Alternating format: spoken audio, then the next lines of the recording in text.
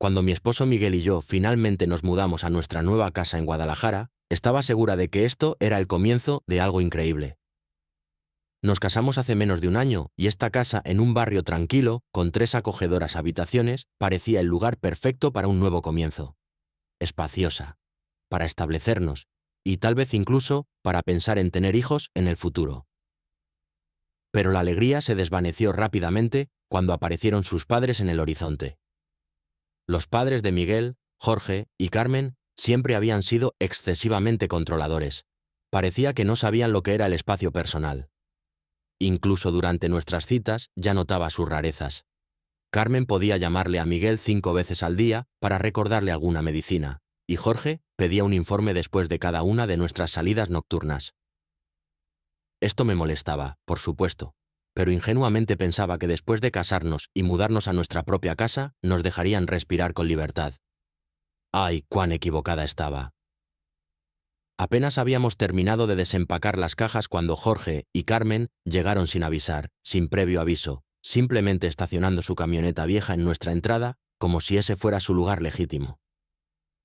Abrí la puerta, pero antes de que pudiera decir una palabra, Carmen se coló dentro, mirando nuestra casa con una expresión como si estuviera comprobando si era adecuada para vivir.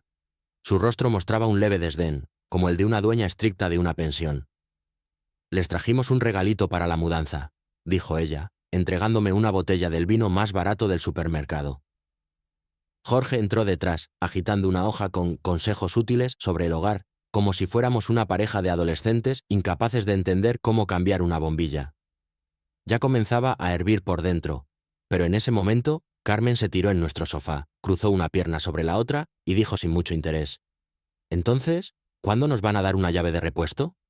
Me quedé paralizada, sin creer lo que estaba oyendo. «Perdón, ¿qué dijo usted?».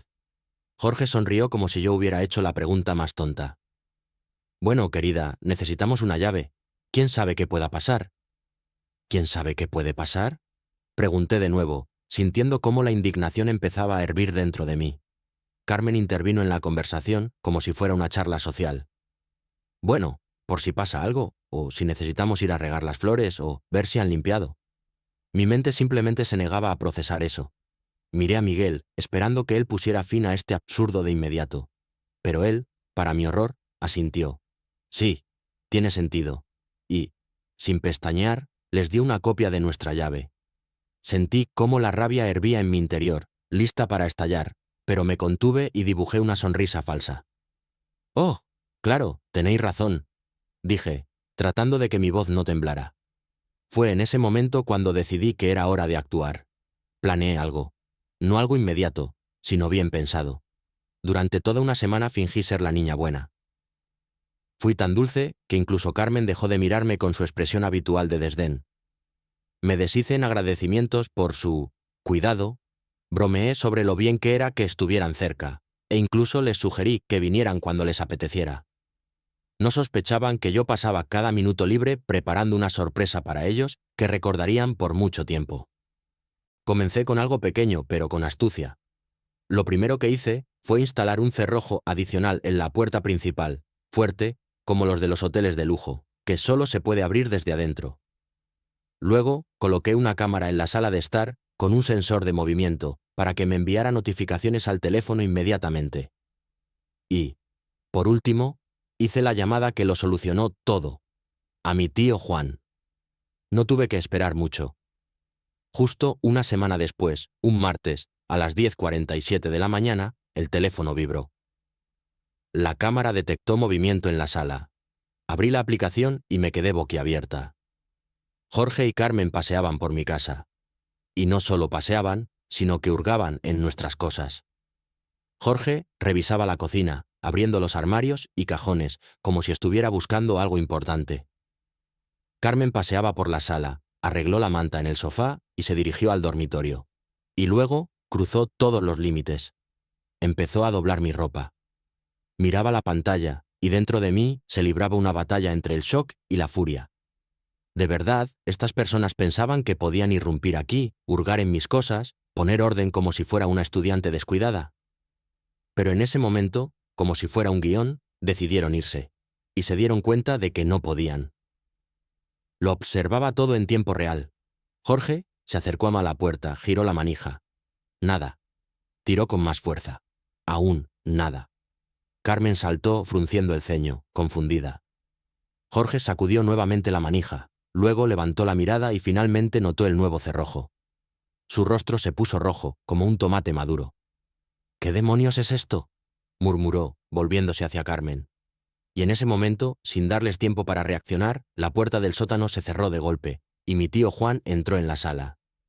El tío Juan no es alguien con quien quieras encontrarte cara a cara si no lo conoces. Casi 2 metros de altura, cabeza afeitada, barba espesa y brazos llenos de tatuajes que él mismo se hizo. En su día andaba con motociclistas y ahora, aunque abrió su propio estudio de tatuajes, aún tiene esa apariencia que hace que mejor te alejes. Entró, haciendo crujir sus nudillos. Bueno, pues, gruñó. ¿A quién hemos atrapado? Jorge se quedó petrificado. Carmen chilló y se aferró a su brazo. ¿Qué demonios haces en nuestra casa?, rugió Jorge. Juan sonrió, sacó un juego de llaves de su bolsillo y las agitó. Yo vivo aquí, dijo con tanta calma como si estuviera pidiendo un café. Lo había planeado todo. Oficialmente, con contrato, subarrendé la casa a Juan por una semana. Mis suegros acababan de entrar ilegalmente en una propiedad ajena. Jorge se puso morado. Carmen, que seguía aferrada frente a él, parecía a punto de desmayarse. Juan se apoyó contra la pared, cruzó los brazos y los miraba con una confiada tranquilidad. «Estás mintiendo», exclamó Jorge, señalándolo con el dedo como un director severo. «No vives aquí». Juan sacó despacio una hoja doblada de su bolsillo y la desplegó, lentamente, saboreando cada segundo. «Contrato de alquiler», dijo. «Firmado, notariado, todo en orden. Lo había preparado todo.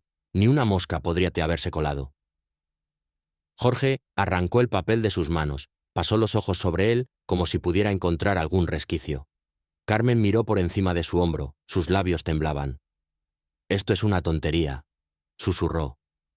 Juan hizo un ruido con la boca. «¿Sabes qué es una tontería? Entrar en una casa ajena sin permiso». Jorge hizo un gesto y le gritó a Carmen: «Llama a Miguel». En ese mismo instante mi teléfono vibró. «Miguel», contesté, y enseguida escuché su voz llena de pánico. «¿Qué demonios está pasando?». Sonreí. «No sé, Miguel, pregúntale a tus padres». Se quedó en silencio. «Dicen que hay un tipo en nuestra casa que dice que vive allí». «No es un tipo», corregí, «es el tío Juan». Silencio, pesado como una losa. Luego, en voz baja: «Voy para allá». No me apresuré a regresar, dándoles tiempo para que se cocinaran en este caos. Cuando llegué, el aire en la habitación estaba denso de tensión. Carmen estaba sentada en el sofá, con las manos apretadas de tal manera que seguramente le dolía. Jorge estaba de pie junto a la puerta, hirviendo de rabia. Juan, como si nada, bebía agua en la cocina, como si tuviera todo el día por delante. «Hola, querido», le lancé alegremente, dejando mi bolso sobre la mesa. «¿Qué tenemos aquí?». Jorge gruñó. «¿Sabes lo que está pasando?». Su voz era grave, amenazante. Yo hice un gesto de sorpresa. «¿De verdad?».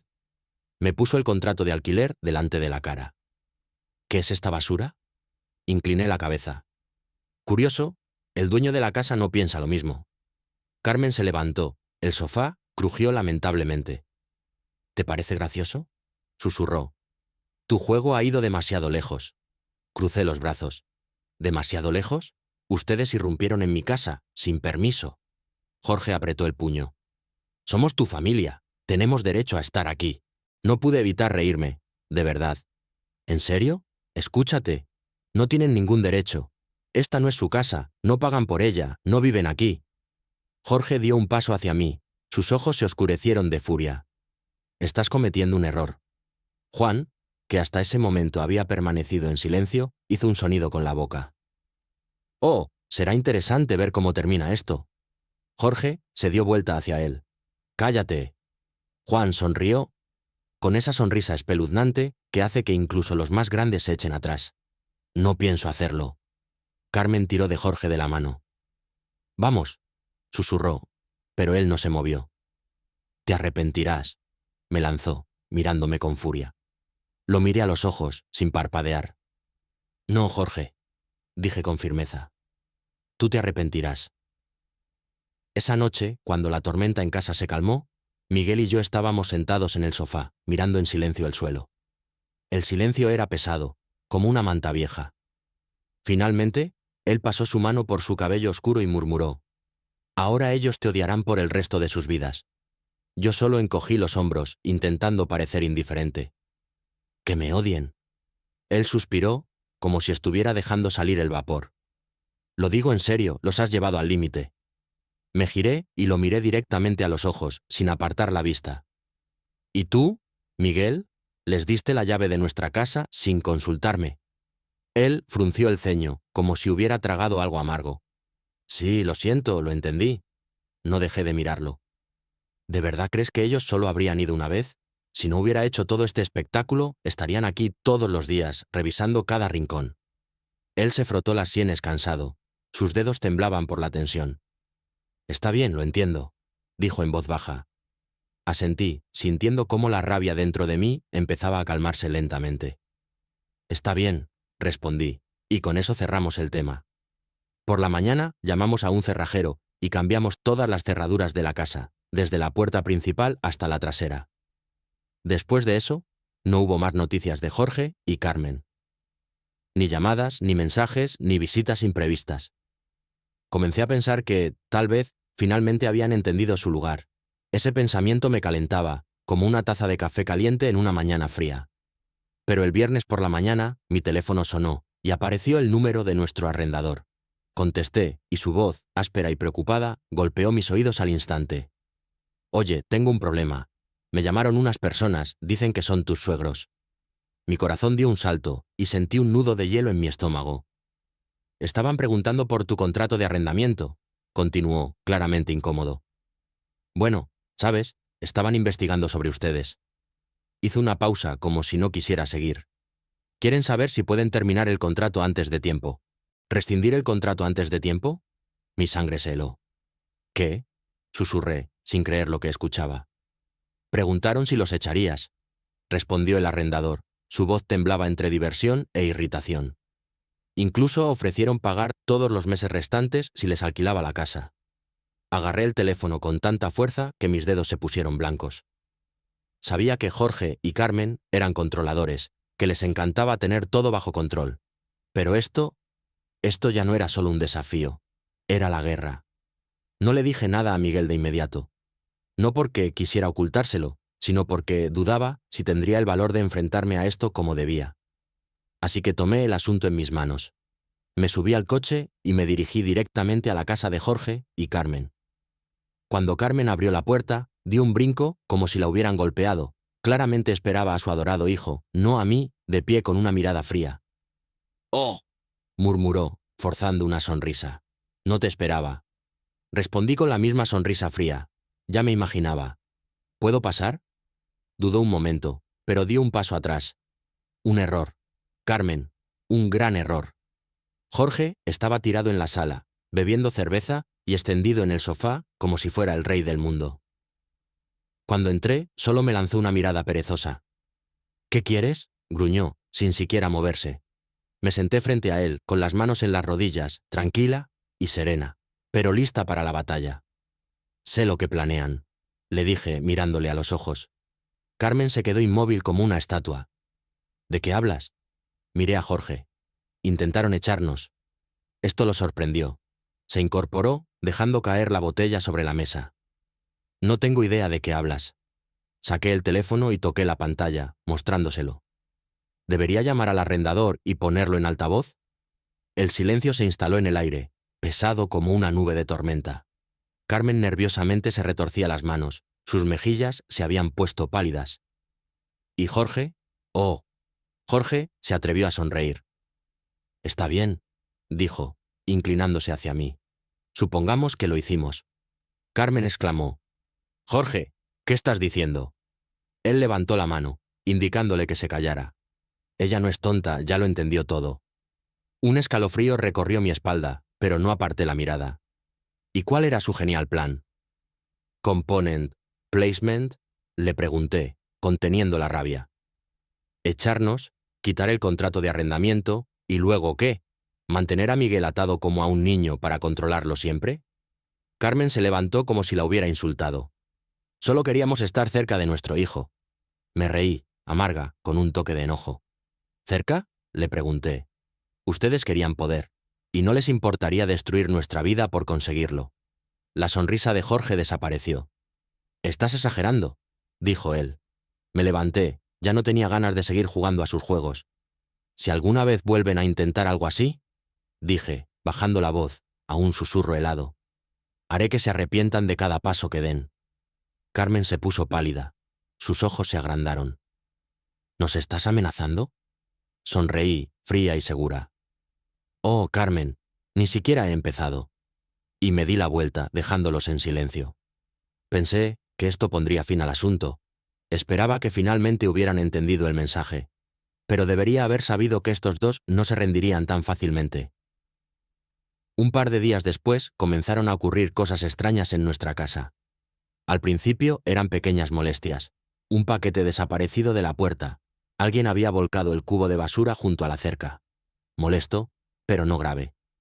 Y luego, una noche, mientras Miguel y yo estábamos sentados frente al televisor, escuchamos un fuerte chirrido afuera, agudo como un cuchillo raspando el vidrio.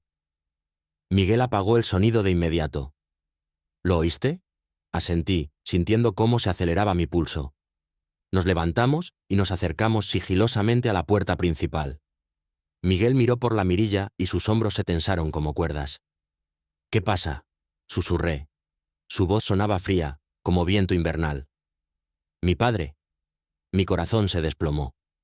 Me acerqué a la mirilla y vi a Jorge, de pie en el umbral, con una copia de nuestra antigua llave en la mano. Pero aquí está el detalle. Habíamos cambiado todas las cerraduras. Y acababa de descubrirlo de la manera más dura posible. Jorge tiraba de la manija de la puerta con furia, pero no cedía ni un milímetro. Desesperado, golpeó la madera con el puño. «¡Abre ahora mismo!», gritó, su voz temblando de ira. Miguel y yo permanecimos inmóviles, sin movernos.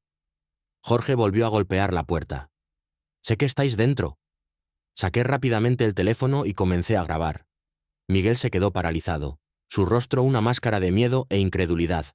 Era su padre, el hombre en quien había confiado desde que era niño, y ahora estaba fuera de nuestra puerta, gritando como un ladrón loco. «¡Jorge!», grité a través de la puerta, tratando de mantener mi voz firme, pero fría. «¡Vete de aquí!». «Esta es la casa de mi hijo», rugió él en respuesta. «Tengo derecho a estar aquí». «No», respondí. «No tienes ningún derecho». De repente, desde la oscuridad, se oyó la voz de Carmen, suave pero llena de falsedad. «Miguel, querido, abre la puerta, solo queremos hablar». Eché un vistazo por la ventana. Ella estaba apoyada contra la pared de la casa, con las manos entrelazadas, como si estuviera actuando en una telenovela barata. Miguel exhaló pesadamente. Su voz temblaba. «Papá, vete». Jorge golpeó la puerta con tanta fuerza que, involuntariamente, retrocedí. «Estás cometiendo un gran error», gritó. Y en ese momento, las luces del jardín con sensores de movimiento se encendieron. Me giré hacia la ventana trasera y mi corazón casi se detuvo. Alguien estaba allí, una sombra deslizándose a lo largo de la cerca, apenas visible en la oscuridad. No perdí tiempo. Tomé el teléfono y marqué el número de la policía. Jorge seguía gritando afuera cuando las luces rojas y azules iluminaron las ventanas. Los oficiales llegaron en menos de un minuto. Continué grabando, sin quitar el teléfono de mis manos. Al ver a uno de los oficiales salir del coche patrullero, Jorge cambió de tono al instante. «Es solo un malentendido», dijo, levantando las manos como un anciano inofensivo.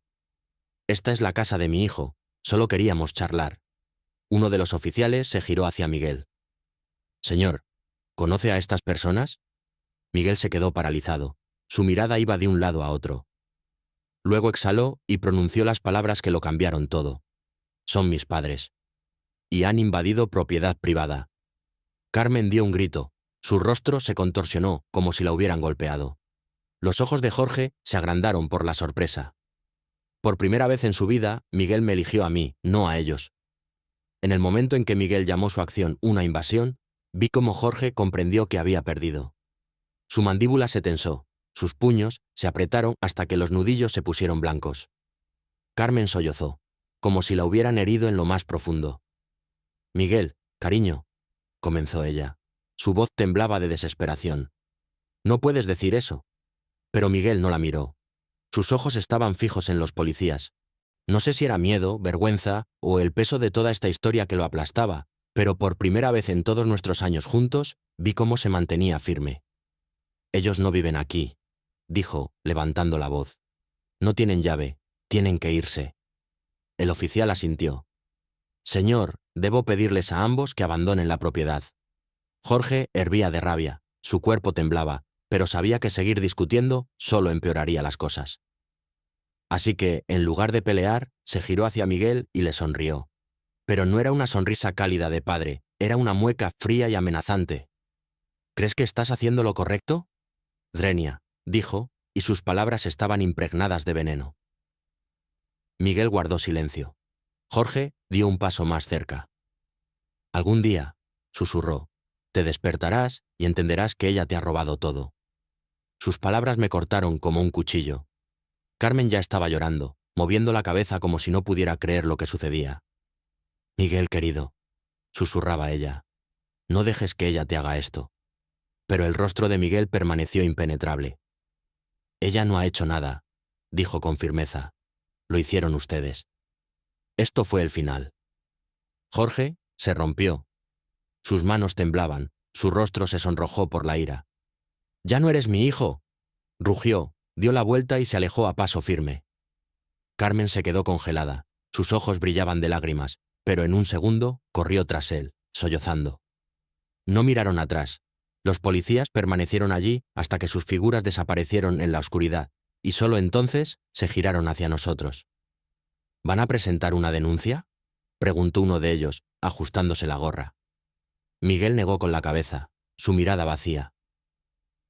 Cuando se fueron, una calma profunda, casi tangible, envolvió la casa. Miguel se desplomó en el sofá, mirando al suelo.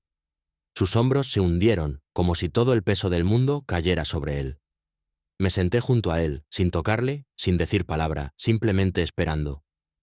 El tiempo parecía estirarse infinitamente, hasta que finalmente exhaló. «Ahora me odian». Tragué un nudo en mi garganta. «Tal vez». Él movió la cabeza. «No, no es eso. Mi padre lo decía en serio». No traté de suavizar las cosas. «Sí, lo decía». Sus dedos se apretaron en puños, su respiración se volvió entrecortada. No sé qué sentir. Con cuidado toqué su mano y, para mi alivio, no se apartó. «Te entiendo», susurré. Después de una larga pausa, dijo suavemente: «Parece que siempre supe que esto pasaría». Me callé, porque en el fondo, probablemente, yo también lo había intuido. Los días pasaron, y de Jorge y Carmen no hubo ni rastro. Ni llamadas, ni mensajes, un silencio absoluto. Pero una mañana, mientras Miguel revisaba el correo, se quedó quieto. Su rostro se puso blanco como una sábana. «¿Qué pasa?», le pregunté acercándome. «¿Qué tienes ahí?». Él giró el portátil sin decir una palabra. Era una carta de un abogado, y en la parte superior destacaban en negrita las palabras «orden de cese y desistimiento». Jorge y Carmen exigían que dejáramos de alejarlos de su hijo. Miguel leyó en voz alta: «restablecer la comunicación a su estado natural». Su voz sonaba apagada, como si viniera de abajo del agua. «¿Quieren que los hagas hablar a través del tribunal?», exclamé. Miguel soltó una risa amarga, corta, llena de sarcasmo. «Parece que sí». Un escalofrío recorrió mi estómago. Durante años, ellos habían actuado como si Miguel fuera su propiedad, no una persona. Y ahora, cuando finalmente él se liberó, intentaban aferrarse a cualquier oportunidad para devolverlo a sus redes. Miguel se recostó en la silla, mirando la pantalla como si escondiera alguna verdad oscura en ella. Luego, de repente, cerró la laptop con un golpe y sonrió. Con calma, con una confianza que no le había visto en mucho tiempo. «Están en pánico», dijo. Incliné la cabeza. «¿Seguro?». Me miró a los ojos. «Seguro». Y por primera vez en semanas, apretó mi mano. En ese momento supe que habíamos ganado. Enviamos la última carta, breve y clara. «No intenten contactarnos». Luego, los bloqueamos en todas partes. teléfonos, correos, redes sociales. Ellos no se rindieron. Números falsos, mensajes anónimos, incluso una tarjeta de Navidad, por error, enviada a una dirección equivocada. Pero no caímos en sus trampas. Poco a poco, paso a paso, desaparecieron de nuestra vida. A Miguel le costó un tiempo recuperarse. A veces, los días eran difíciles. Veía en sus ojos la sombra de la culpa, las dudas, las viejas costumbres de someterse a sus padres. Pero una noche, cuando estábamos sentados en el porche, mirando nuestra tranquila calle iluminada por las farolas, se giró hacia mí y dijo: «Finalmente soy libre». Apreté su mano, sintiendo el calor de sus dedos. «Es cierto», respondí. Exhaló, sonrió y añadió: «¿Por qué no llamamos a tío Juan? Creo que se merece un par de cervezas». Me reí, y por primera vez en mucho tiempo fuimos verdaderamente felices. Dicen que la familia es para siempre. Pero la verdad es que la verdadera familia no te pone grilletes. No te hace sentir que les debes toda tu vida. A veces, lo mejor, y lo más valiente, que puedes hacer es girarte y marcharte. ¿Alguna vez te has enfrentado a personas que intentaban controlar tu vida? ¿Cómo manejaste esas situaciones? Comparte tus historias en los comentarios, realmente me interesa saber. Si esta historia te conmovió, no olvides darle me gusta y suscribirte. Hay muchos más relatos reales y emocionantes por venir. Esta historia es sobre una experiencia real. Muestra lo importante que es defender tus límites y cómo a veces debes tomar decisiones difíciles en nombre de la libertad. Es una experiencia que puede inspirar y ayudar a cualquiera que se haya encontrado en una situación similar.